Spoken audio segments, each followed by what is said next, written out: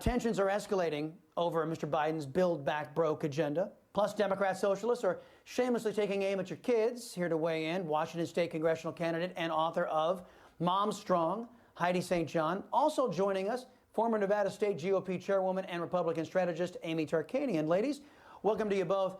Amy, Senator Joe Manchin was confronted by the monsters his party created.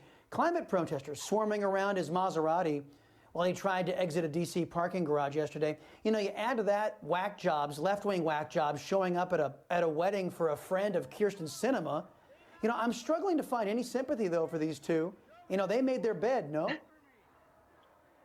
Well, you know, I've actually been in somewhat similar scenarios, and it can get very scary. Now, yes, they did stir the pot. They are the ones who actually bought the pot and the ladle, if you will. But you know, this is uncalled for. I think for anyone, and I don't care if you're in politics or if you're not in politics. These people are literally stalking. They're intimidating. They're being bullies, and the left actually does this very well. And it's unfortunate. Well, Alexandria Ocasio-Cortez couldn't be found, or no member of the squad could be found to condemn these. I mean, they're showing up inside of bathrooms intimidating Kyrsten Sinema, but the ladies of the squad are all about that. They think that's cool. You know, Heidi, earlier this week, the CDC approved the Pfizer vaccine for kids 5 to 11. Then Biden's OSHA is imposing an emergency vaccine mandate that is so urgent, it's got to go into effect in 2 months. Now, tomorrow morning, Sesame Street characters Big Bird, Elmo, and Rosita will be hosting a town hall alongside CNN's Dr. Sanjay Gupta to answer questions about vaccines for kids. With the mandates for kids already in places like California, do you think that's the next shoe to drop? Will parents stand for the federal government mandating vaccines for kids? No, I don't think they're going to stand for it. Look what just happened in Virginia. The parents came out loud and clear and sent Biden a message that he's not going to forget, which is why they're trying to ram their Build Back Broke through the House of Representatives in such a big hurry. He realizes his window of opportunity is rapidly closing. The reason it's closing is because people are onto this. It's garbage from start to finish. Sesame Street has been spewing propaganda to little kids now for at least 15 years. Listen, I have 7 kids. My oldest kid is 30, and I quit watching Sesame Street along with my kids about 15 years ago.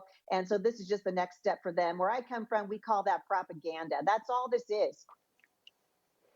Yeah, I raised my kids on Baby Einstein, you know, classical music, that kind of thing. Amy, Reverend and Vanderbilt professor Michael Eric Dyson, you know him, he's a really big left-wing loon. He joined The View yesterday, slamming parents and their rights. You can't just ask white brothers and sisters who have been participants in a particular problem of oppression how to relieve it. Ask the people who have been victims of that, and then together. Martin Luther King Jr. said the sons of former slaves and the sons of former slave owners will together figure out what to do. But we got to face some uncomfortable truths, and the white comfort cannot be the predicate for making sure that race is not is a strategy that shouldn't be used.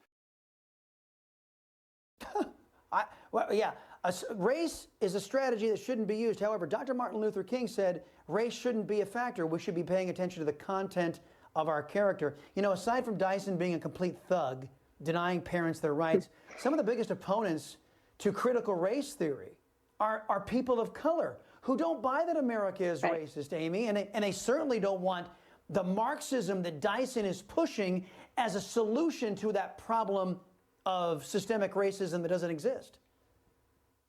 Right. And actually, one of the best things, if the only good thing that came out of the lockdowns, was the fact that it did wake up parents, that it did force parents to pay closer attention to what's going on in their daily schedule with their schooling. And you know what? I'm grateful for that, because otherwise, they would be learning that they are bad or that they are good, dependent on how they were born and what they look like. That's unacceptable. That's not okay. And these children are, you know, they're at a very critical stage where they are being molded to be citizens, upstanding citizens, and they're learning how to love and to be kind to one another.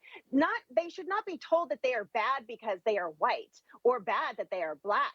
That is racism in itself. I'm even shocked that they had that conversation on The View. And I think that the fact that Sesame Street itself is also doing the propaganda, I want to know who's going to be leading these conversations. And I think it should be Oscar the Grouch. All of it should go into the garbage can. And just like how he would say, you know, have a rotten day, because I think that's what they want us all to have at this point. Well, yeah, that's the left-wing mantra. That's the Socialist Democrat Party's mantra. Have a rotten day, because these people are perpetually miserable, and they want to spread that misery to everybody else. Heidi, I want you to speak to what Dyson said. Isn't Dyson and left-wing extremists like this fool exactly why school choice is so important for parents? Yeah, I mean, this is exactly what we don't want in our schools. He is the poster child for what's wrong with our education system right now. It's why I've been a huge proponent of school choice. When parents realize that there are crazy people like this pushing critical race theory and the 1619 Project into our schools and rewriting our history, they should be able to go to the superintendent and say, hey, thanks for playing Russian roulette with my kid. I'm going to pull my kid out now of your racist indoctrination center, and the money should follow the child. It's past time for this discussion. School choice has to happen, and it has to happen now.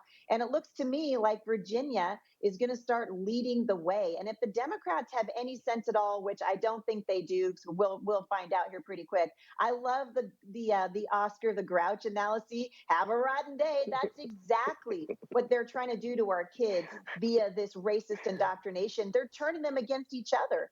And pretty soon, our kids are going to be fighting with each other. This is a sad and scary time for America. And ground zero for this fight is the public education system.